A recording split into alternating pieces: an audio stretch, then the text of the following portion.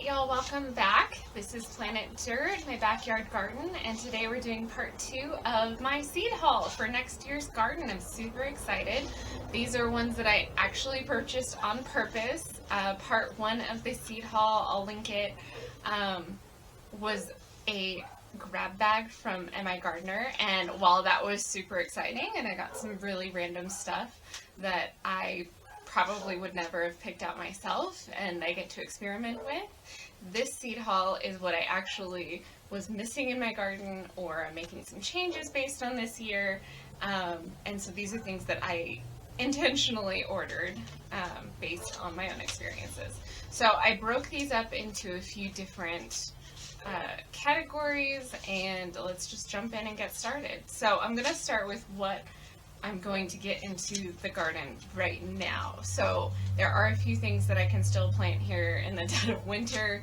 As long as they're in the greenhouse, they have to be frost hardy and very quick growing because there's just not that much sun. So I got a French breakfast radish. I don't have very good luck growing radishes, so I'm trying to grow them over the winter this time to see what happens.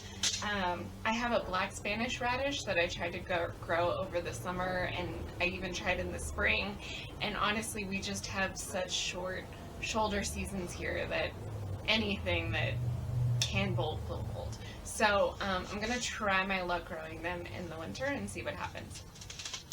I also got a daikon radish. Again, these are short growers, like even this one's a 55-day, but it's not like a 3-monther or anything like that. So hopefully by the time spring comes around, it'll be big enough to pull out. This one is only a 22-day maturity. This one's an early scarlet globe, and if I didn't mention it before, all of these seeds came from My Gardener. I'll put his link in the notes below, but they're really great. All they do is heirloom seeds, but they also have a lot of variety, so you can usually find what you're looking for. The other thing I'm going to get in the ground right now is dinosaur kale. So I have one type of kale still growing over in the bed just behind me, and it's fine, but I've grown 2 types of kale before. I've grown blue leaf and some kind of purple something. I don't even remember the name of it. I'm not very good at remembering different varieties, which is one of the reasons I'm doing this, so that I'll have a log and maybe I'll remember next year. And both of those varieties are fine, but they're not as sturdy as a dinosaur kale. So I got the dinosaur kale so that hopefully it would hold up a little better in soups, stir fries, that sort of thing. So those are the ones I'm going to get into the ground right now. I'm going to have to do a little more research on this one. So I got a globe artichoke, and I know these can be perennial, so maybe I can start it in a pot now and throw it out in the garden in the spring. I don't know. I'm gonna do some research on that one and see if I can do anything with it sooner rather than later. Who knows? If it takes a really long time to germinate, it might be better if I get it in the ground sooner, but if it doesn't, if it's a fast grower, then there might not be a point in me starting it now and keep having to remember to keep it watered over the winter. So who knows? So next I'm going to get into the tomatoes, which I'm very excited about. So I touched on this in a different video, but if you weren't here for it, I don't have much growing space in the greenhouse. So the greenhouse that I have is a slanted roof attached to my house. So it stays warmer. It's really awesome of where it's positioned. It kind of ends up that it's in the middle of the side of the house, so we don't get shaded out from the fence. I don't get shaded out from the house. The growing space itself stays sunny, which is perfect, but the slant means that there's also limited space up when you're growing. So I've grown I grow peppers in here, and they do wonderful. They do perfect because it stays hot and humid. I have tried tomatoes in here 2 years in a row, and they do okay, but I've only grown indeterminate varieties, and that's where I think I was messing up, because they just grow way, way, way too big and fast for how little space there is in here. So the first year I grew them in here, I didn't know what I was doing. I just threw a bunch in. I planted way too many, and they took over. I got a lot of production early in the season, middle of the season, late in the season, where I should have been having a steady supply. I just barely got any tomatoes, even though I had a ton of plants, because they just ran out of room, and so they were like toppling on top of each other. It didn't matter how much I pruned, it was just too much to keep up with. So the second year, I cut the number of plants down in about half. I was like, okay, it's a space issue. I will cut down the number of plants. It helped initially. I stayed on top of the pruning, and they did a lot better, but then I went on vacation for a week and a half, and I came back and all of the plants were basically falling over in the aisleways because I wasn't there for a whole week and a half, and they just went insane. So this year I have decided what I'm doing is I'm only going to plant dwarf or indeterminate plants in the greenhouse for tomatoes. Not plants in general, just tomatoes. So we're going to see how that works. I've actually never grown determinate tomatoes before, but I'm thinking for the greenhouse purposes, it's going to work out perfect. I still do have some room out in the in-ground garden to be planting my big indeterminate slicers, so I'm still going to have a steady supply of those throughout the season. I did that this year with my cherry tomatoes, because the cherry tomatoes went absolutely nuts in the greenhouse and I just couldn't keep up with them. So I planted them outside this year, and it worked a lot better for those. So next year I'm going to cut the cherry tomatoes in half outside. In that same space, I'm going to put a couple cherry tomatoes, but then I'm also going to put my big slicers out there, and hopefully they'll just have room to go crazy outside. So all of that is to say, let's get into some determinate slash dwarf varieties that I picked out this year. So I have something that I cannot pronounce, but it looked really pretty, and it is a dwarf indeterminate. So this one is technically an indeterminate, but it's a dwarf, and it says it's only going to get about 2 to 3 feet tall, which is perfect because the slope of this roof is about 4 feet from the soil level, so that'll give it plenty of room to not be hitting the top and get a little bit scorched. Because that was one of the other issues I was having with the tomatoes, is they would reach up to the top, they would start hitting the top of the greenhouse, and right on that line, it's like hitting glass baking in the sun. So it just gets really hot at that point, and the ends of the plants would fry. So this one's a dwarf. Very excited about that. I did get just a basic Roma tomato, and this one is just a determinate, and it's good for sauces, salsas, very meaty. Super excited about that. Again, I've never grown any of these before, so we're going to see what happens. I also got the Rio Grande. It says it's a semi-determinate, so hopefully it'll not be too big for the greenhouse. But I think what I'm going to do with the ones that say semi-determinate, is I will put one outside just to see how it does, and then I'll put one in here.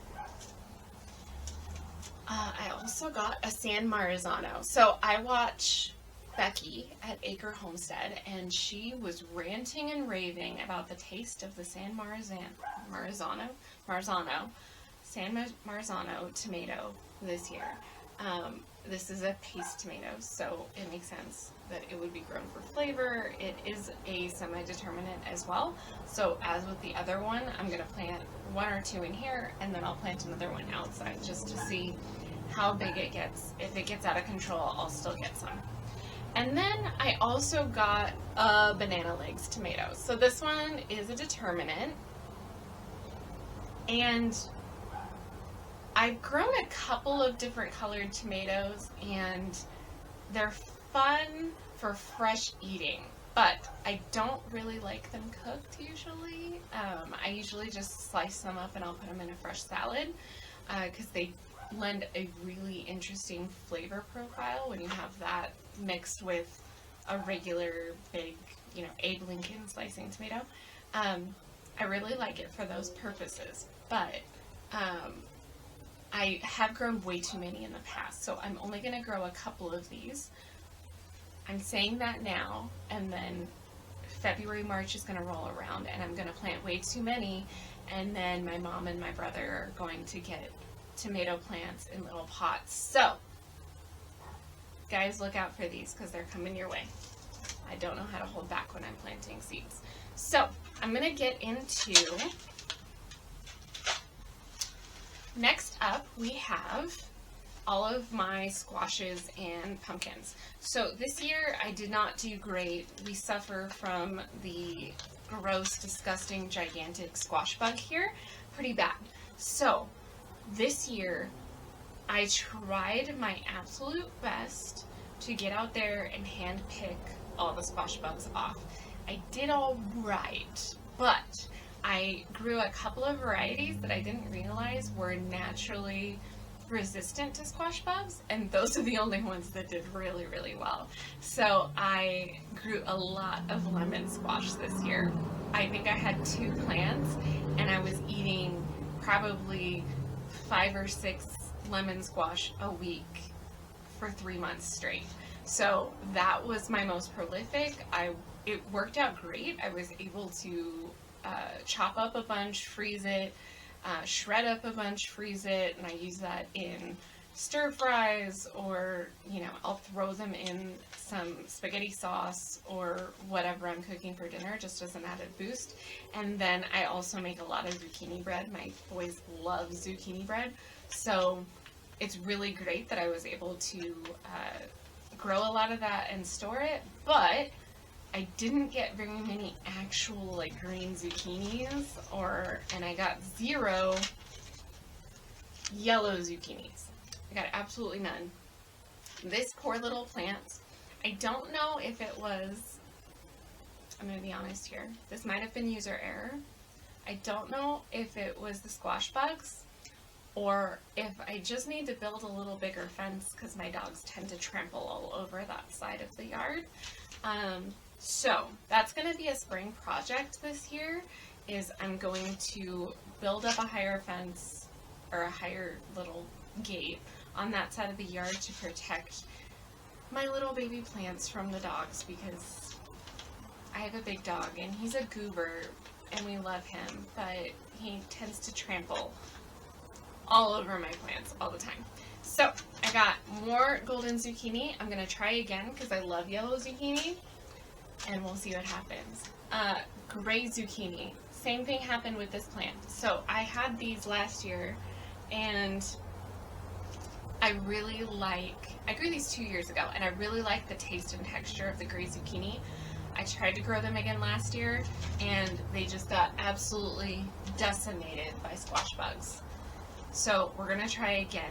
I got 2 types of scallop squash, and my thinking is, because I've only grown white scallop squash in the past, and they just get decimated by the pests, and I get a couple, if any, off of the plant before it's just dead. So I got yellow and green, and we're going to see if I'm able to get either one of these to survive the squash bugs. So wish me luck. I also got Black Beauty zucchini. I know what you guys are thinking, and I got Bianca zucchini. So I know what you guys are thinking. You're thinking, you're insane, you're going to have zucchini coming out your ears, your poor neighbors, you're going to drop them off on their porch and laugh as you run away. And I hope you're right. I really hope you're right. I have had such bad luck with zucchini and any kind of squash, really, just because we get overrun with pests and I refuse to spray for pests, that I'm going to do lots this year I'm going to do a ton of different varieties, and I'm going to hope and pray that something survives and produces a ton. So these are the last of the zucchini. I'm going to plant a ton. Hopefully it happens. Last year I planted what I thought was a lot of zucchini, and I only got maybe 3 or 4 plants that actually produced a lot. It was the ones that were slightly shaded out right next to my corn, and then my lemon squash, which I saved seeds from the lemon squash so that I have some for this year, and hopefully that'll help acclimate to our climate and they'll do even better. Those ones did amazing, and it was great. And if all of my plants had produced like that, I would have been up to my ears in squash and zucchini and all of the gourds and pumpkins and stuff that I grew. But only a handful of plants actually did anything. So I'm gonna spread out the love, and I'm gonna hope something does well. That's my plan. So moving on to the winter squash that I got. I'm super excited about these because I just love winter squash. I love decorating with them. I love that they store easily. I love that you just have to throw them in your pantry and they sit there until you want to use them. A couple of years ago, I got a ton of really good butternut squash, and I was chopping those things up to put in soups and stews and whatever throughout the entire winter, and it was amazing. This last year, I got 0 butternut squash. 0. Absolutely none. I only had a couple actually germinate. I also have issues with birds and lizards in my garden eating all my seeds. So if anyone knows any tricks about that, I know you're supposed to direct sow these things. I can't direct sow them because the lizards and the birds just go out there and they have a great snack, but then I don't get a plant. So first, I have honey nut squash. I also have some butternut squash seeds still from last year, so I'll be planting those as well. But I got a honey nut this year, and I'm excited to try this. This one's supposed to be smaller than the butternut squash. I think it's related. They're related, but it's smaller and it's supposed to be a little sweeter. So I'm excited about that one. A butternut squash. This one is nearly extinct. Ooh, that's weird.